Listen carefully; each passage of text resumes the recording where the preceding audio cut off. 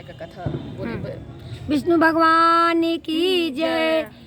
कार्तिक मास का एक बहुत सुंदर कथा हमारी एक भाभी जी बोलने जा रही हैं, प्लीज आप लोग सुनिए। एक बार जो है इंद्र अरे भगवान कृष्ण से सत्यभामा जी है जो जिद करती हैं कि इंद्र के जो आंगन में जो इंद्रदेव के स्वर्ग में कल्प वृक्ष है वो आप हमें लाकर दीजिए। तो भगवान उनके लिए इंद्र भगवान से युद्ध करते हैं कल्प वृक्ष लाने के लिए। उसमें जो है वहाँ पर भगवान के गरुण और जो इंद्र देव के वहाँ अरे क्या नाम है गाय थी और क्या था सब उन लोगों में युद्ध छिड़ा। तो भाई युद्ध छिड़ा जब तो गाय की जो है पूंछ कट के गिरे, कान कट के गिरी और गरुड़ के भी पंख गिरे। तो गाय की जो पूंछ कट के गिरी उससे गोभी उत्पन्न हुई।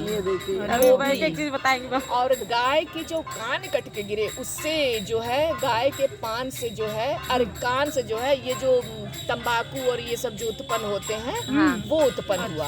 और गाय के खून से मेहंदी उत्पन्न हुई। तो ये तीनों चीज का सेवन कार्तिक में करने से जो है मुक्ति नहीं होता है। मतलब जो कार्तिक का व्रत करता है, जो कार्तिक का जाप ध्यान, तो ये गोभी मेहंदी ये सब, भाई मेहंदी होती सुहाग माना जाता है, लेकिन ये सब सुहाग का व्रत नहीं है, मुक्ति के लिए कि मैं जन्म मरण से वही तो बता रही। जैसे जो सुहाग के लिए करता है व्रत करवा और वह तो लगाता ही है चाहे जो भी करेगा। लेकिन जिसको इन सब चीजों की मुक्ति चाहिए कि हे भगवान मुझे इस 84 के जन्म मन से मुक्ति कर दो, तो जो चीज निषेध है उसका, जो लोग भगवान के ही सिर्फ भक्त हैं, मतलब मेरा तो तेरे सिवा कोई नहीं, तो भगवान को हाथ। तो ये तीन चीज और गरुड़ के भी पंख टूट के गिरे तो उससे जो है मोर हुआ और चकवा चकुई हुए इन लोग। तो इन लोगों के दर्शन कहीं अगर मिल जाए तो कार्य सफल होता है, बहुत सुंदर होता है, मतलब कहीं भी शुभ माने जाते हैं। देख लो तो चकवा चकुई मोर। अच्छा ये हुआ। अब जो है अब भगवान से युद्ध करके और इंद्र भगवान से युद्ध करके अब कल्प वृक्ष लाते हैं और भाई सत्यभामा जी के आंगन में खड़ा हो जाता है। सत्यभामा जी बहुत प्रसन्न होती हैं, कहती हैं हे प्रभु मैं आपसे एक बात पूछना चाहती हूँ। ध्यान से सुनिए, बहुत सुंदर कथा है, बहुत भक्ति भावना जगाने वाली कथा है, छोड़ दीजिए उसको।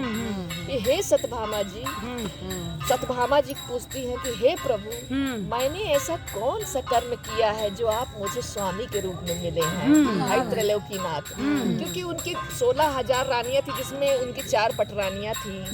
एक रुक्मणी जी थी, जामवंत जी थी, एक सत्यभामा जी थी और एक लोगों का नाम तो और मतलब तो जामवंती जी हाँ, सत्यभामा 3 लोग थी, एक और थी अब एक जो है हाँ, तो भगवान कहते हैं कि हे देवी सुनो, पूर्व जन्म में एक ब्राह्मण थे सुशर्मा नाम के। तो वो ब्राह्मण की तुम पुत्री थी, उनके एक बहुत ही भले मानस शिष्य थे, बहुत ही उनके अच्छे, तो उन पर विश्वास करके जो है उन्होंने अपने शिष्य से ही तुम्हारा विवाह करा दिया था। तुम अपने पिता और पति दोनों के साथ रहती थी, गुजर बसर करती थी। एक बार वो दोनों ब्राह्मण और तुम्हारे पति मतलब पिता और पति दोनों लोग जंगल के रास्ते से आ रहे थे, भाई व्यापार अपना कार्य करके। तो एक राक्षस वहाँ दिखा, राक्षस को देखकर उन लोग मूर्छित होकर गिर पड़े। वहीं राक्षस ने दोनों का भक्षण कर लिया। अब पिता और पति की मृत्यु को सुन के तुम हा पति हा पिता मेरा कौन सहारा है, मुझे छोड़ के कहाँ चले गए, रोती बिलखती तुम मूर्छित होकर गिर पड़ी।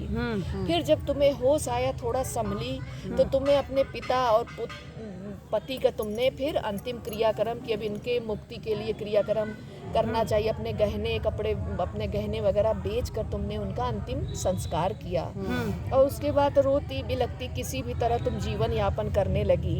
हे सत्यभामा तुमने बहुत ही कार्तिक माह के व्रत किए, तुमने बहुत एकादशी किया। हे सत्यभामा तुमने मेरे मंदिर के सामने, मेरे मंदिर के द्वार पे तुमने तुलसी का पेड़ लगाया था। आज वही तुलसी का पेड़ वही पुण्य है जो तुम्हारे आंगन में कल्प वृक्ष बन के खड़ा है, मतलब पुण्य। और हे सत्यभामा तुमने बहुत बहुत दीपक दान किए हैं, इसीलिए तुम्हारा ये सुंदर रूप जगमगा रहा है। तुमने बहुत सारे दीपक दान किए हैं, इसीलिए तुम्हारा ये सुंदर रूप जगमगा रहा है और तुम्हारे घर में स्वयं साक्षात लक्ष्मी का वास है। और हे सतभामा, तुमने कार्तिक मास एकादशी में तुमने जो भी कर्म किए हैं, जो भी पूजा दान तर्पण जो भी किया, हे प्रभु तुमने मुझे अर्पण किया कि हे प्रभु तेरा तुझको अर्पण क्या लागे, इसलिए मैं स्वयं ही तुमको मिल गया। इसलिए मैं तो लोग कुछ हर लोग स्वार्थ से पूजा करते हैं, हे प्रभु मुझे पति देना, हे प्रभु मेरा व्यापार ठीक हो जाए, हे प्रभु मेरा घर बन जाए, हे प्रभु मेरे सुहाग हो, हे प्रभु मुझे सब कुछ। कुछ लोग तो भगवान वो भी देते हैं लेकिन उनका निस्वार्थ प्रेम था। लेकिन जो लोग निस्वार्थ देते तो उनको भी भगवान तो छोड़ते नहीं है, उनको तो भगवान सर्वस्व स्वयं ही प्रकट हो जाते क्योंकि तेरा तुझको अर्पण तो क्या लेंगे मेरा, तो तेरा मुझे तुमने अर्पण किया तो मैं ही मिल गया हूँ। सारे पुण्य तो तुमने अपने मुझे अर्पण कर दिए। विचार कर्म नहीं, विचार जब विचार ऐसे होते हैं तो लोगों के मन में ये होती है कि हम ऐसा करें, तो जब हम वैसा करने लगते हैं। था एक बात ना, उनको पति का लिए मांगना था ना बच्चे के लिए मांगना था। विष्णु भगवान की जय, राधा रानी की जय, पति हो, विष्णु भगवान सबको बच्चे भला हो, करे। मांगना चाहिए।